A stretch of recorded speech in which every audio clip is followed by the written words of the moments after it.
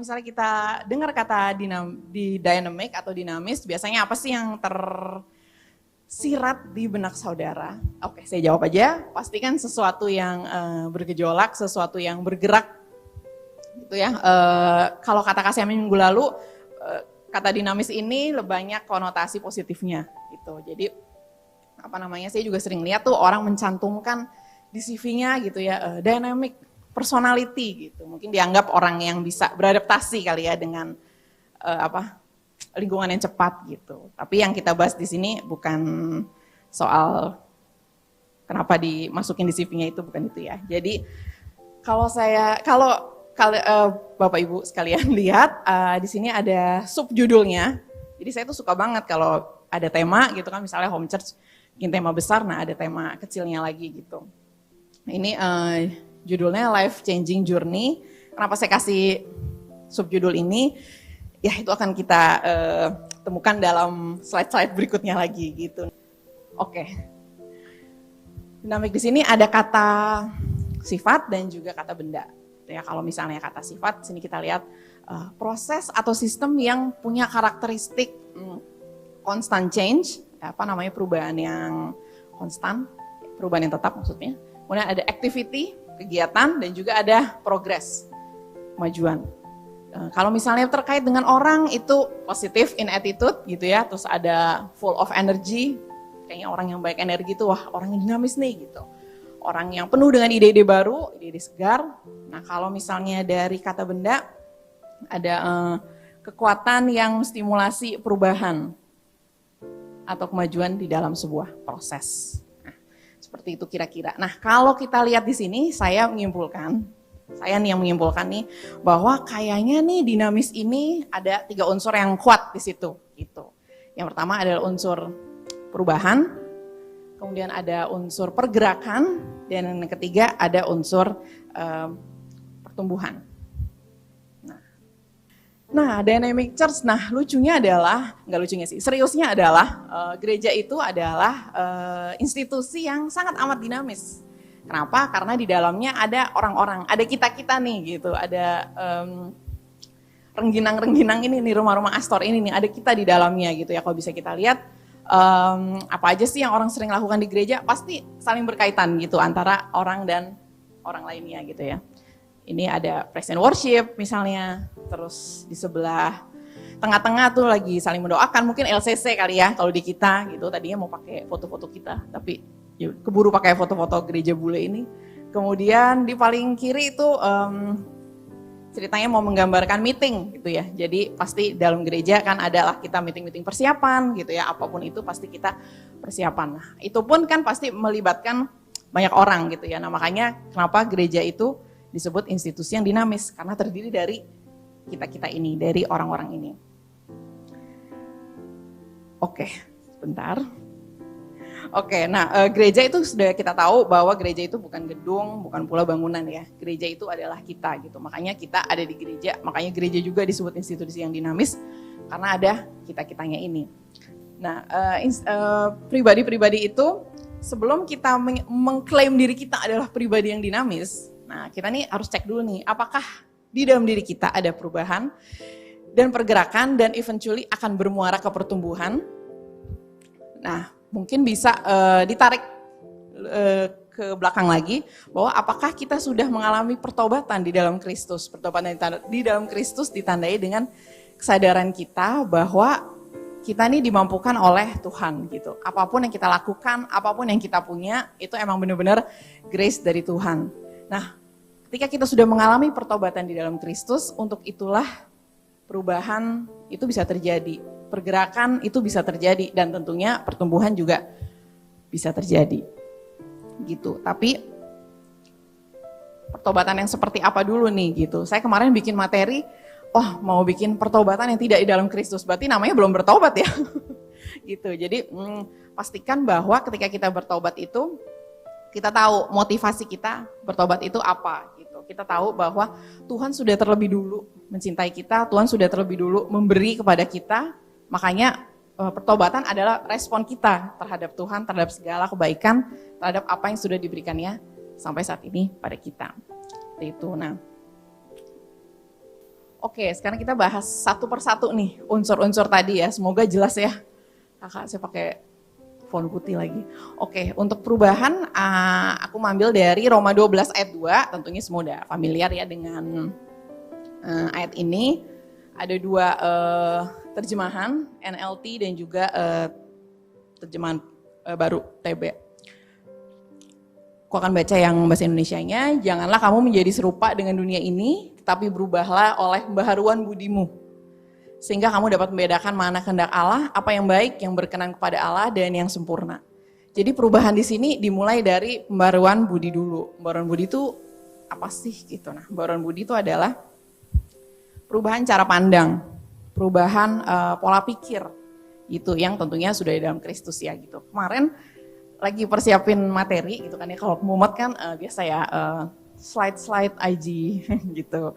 Nah tiba-tiba ketemu satu reels, aku lupa lagi nggak di save, cuman kalau nggak salah itu dari satu pastor juga di Amerika, dia bilang udah tua gitu deh, siapa namanya dulu Pak, dia bilang ketika kamu berbicara, itu jangan hanya semata-mata kamu ingin mengeluarkan your peace of mind gitu, maksudnya bukan kedamaian ya, maksudnya peace of mind itu sebagian dari pikiran kamu aja gitu.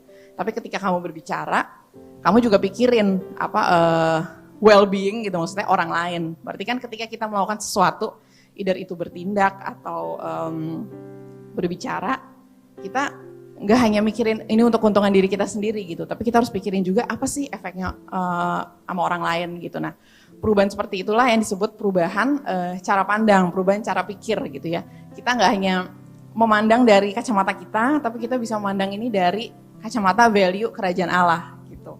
Kan katanya perkataan yang menyenangkan bagai sarang madu ya gitu, bukan sarang tawon gitu, apalagi sarang ngeo ya, oke bukan. Nah, perubahan menuntun kita kepada pergerakan. Kalau tadi perubahan itu dari mindset ya, dari cara pikir, tentunya harus dijawantahkan, diaplikasikan ke dalam pergerakan. Pergerakan ini saya analogikan kayak sebagai action gitu. Jadi kalau misalnya perubahan pola pikir tuh misalnya kayak, aduh saya lapar nih gitu. Nah actionnya apa? Makan gitu kan. Nah ini seperti itu kira-kira actionnya. Aku ambil ayat Filipi 3, 12-14. Aku ambil dari terjemahan The Message di sini. Nanti Bapak Ibu bisa baca di rumah ya. Yang aku mau tekankan adalah, aku sebenarnya tebelin cuma mungkin nggak kurang kelihatan ya. Ada ayat yang berkata, but I've got my eye on the goal. Jadi dia tuh fokus gitu kepada tujuannya apa. Kemudian where God is beckoning us onward to Jesus. Nah kemudian yang menarik adalah I'm off and running and I'm not turning back gitu. Jadi ketika dia udah mengalami perubahan, pembaharuan akal budi, maka pergerakannya udah fokus nih, udah lebih terarah, udah tahu tujuannya apa, nggak melenceng ke kanan, nggak melenceng ke kiri gitu. Udah bisa membedakan mana jalan yang emang benar menuju tujuannya itu. Gitu. Makanya dia bilang I'm off and running and not turning back gitu. Ketika kita tahu yang benar yang apa, kita berlari menuju kebenaran itu dan nggak berbalik ke kesalahan kita misalnya yang dulu seperti itu. Gitu. Oke, dan kemudian tentunya eventually ketika kita udah mengalami perubahan, pergerakan, slide berikutnya adalah pertumbuhan. Oke, nah pertumbuhan ini aku ambil ayatnya dari Filipi 3 ayat 15-16. Terjemahannya juga lagi-lagi dari The Message.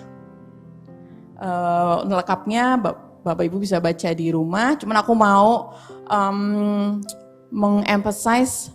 So let's keep focus on that goal gitu. Jadi dia menghimbau kita lagi, harusnya ketika kita udah mengalami perubahan akal budi, kita udah tahu arah kita mau kemana gitu, kita fokus kepada tujuan kita itu gitu ya.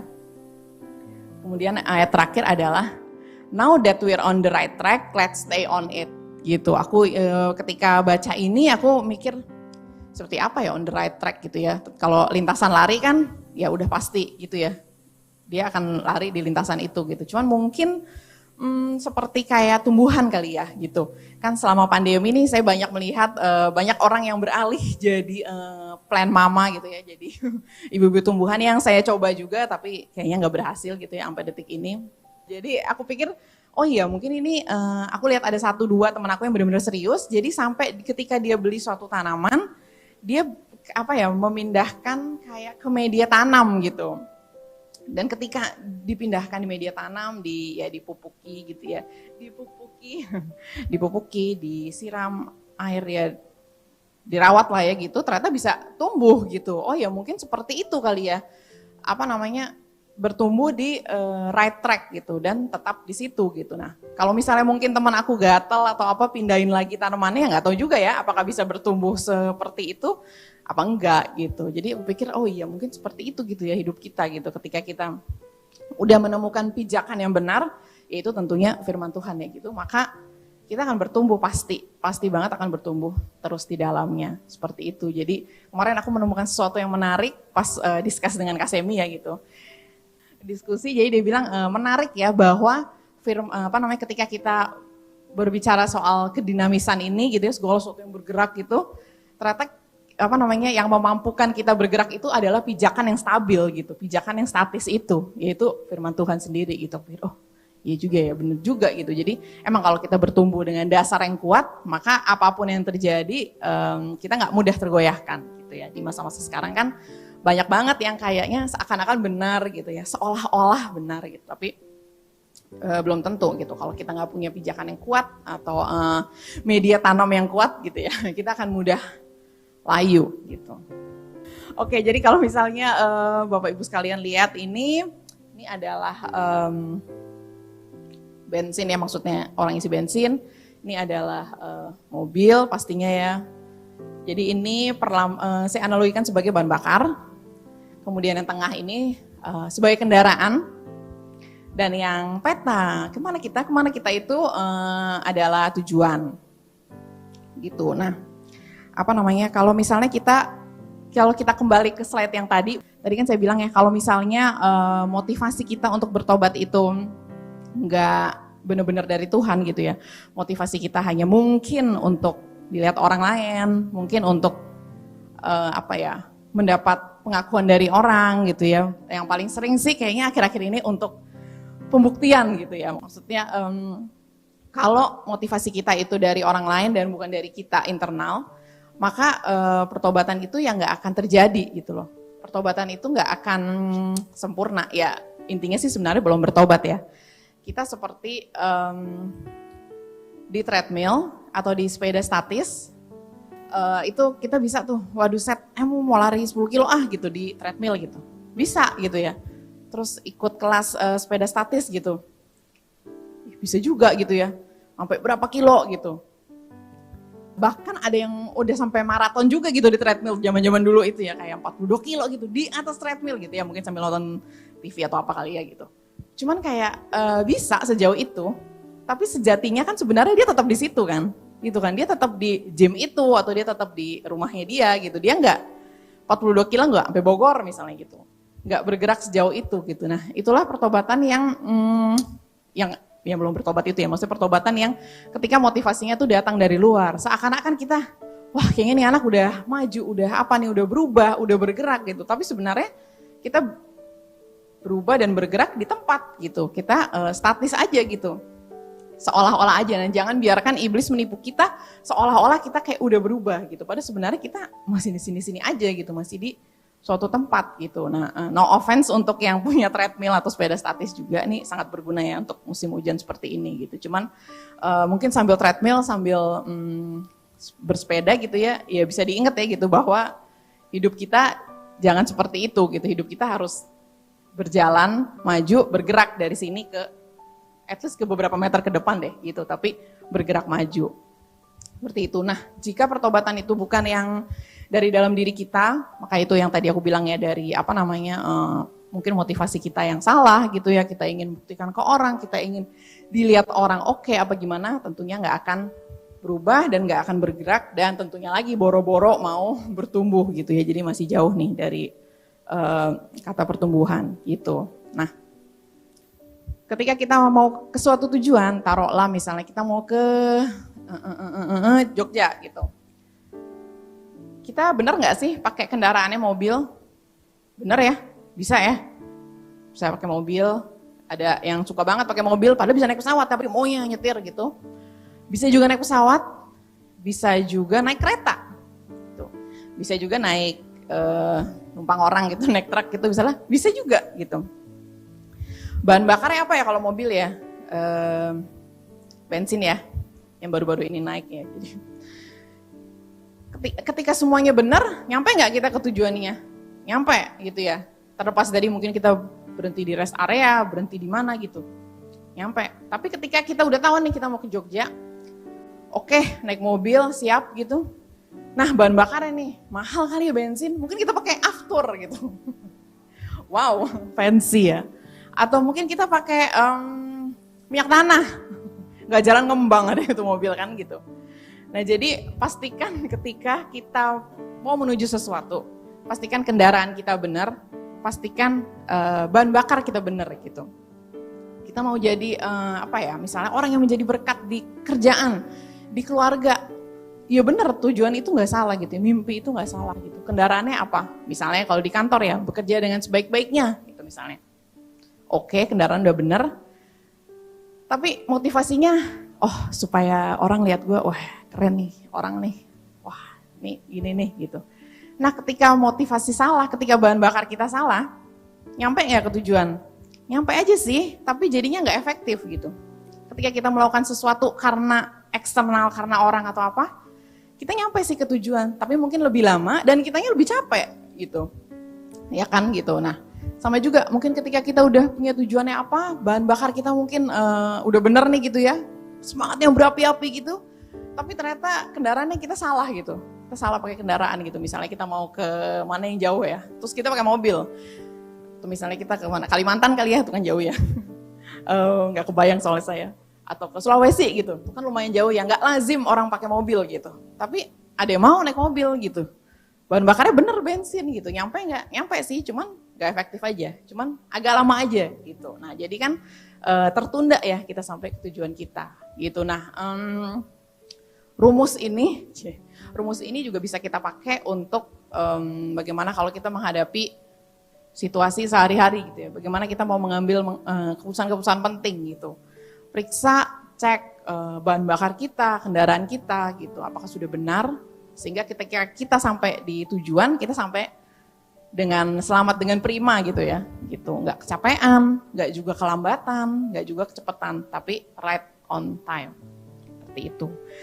Tapi selama kita masih di dunia ini, maka pertobatan, pertumbuhan kita, pergerakan, perubahan, itu ada sesuatu yang niscaya pasti akan kita jalani, gitu, akan selalu kita jalani dan kita akan selalu berhadapan dengan itu, gitu. Semakin kita peka akan apa yang mau kita capai, semakin kita peka akan tujuan kita apa yang kita pakai untuk mencapai tujuan itu, kita akan lebih cepat lagi sampai ke tujuan dan kita bisa lebih yaitu dia aku bilang nggak capek, nggak resah, nggak ngoyo, nggak apa, karena kita tahu tujuannya kita apa, alat yang kita pakai ke sana apa dan bahan bakarnya apa.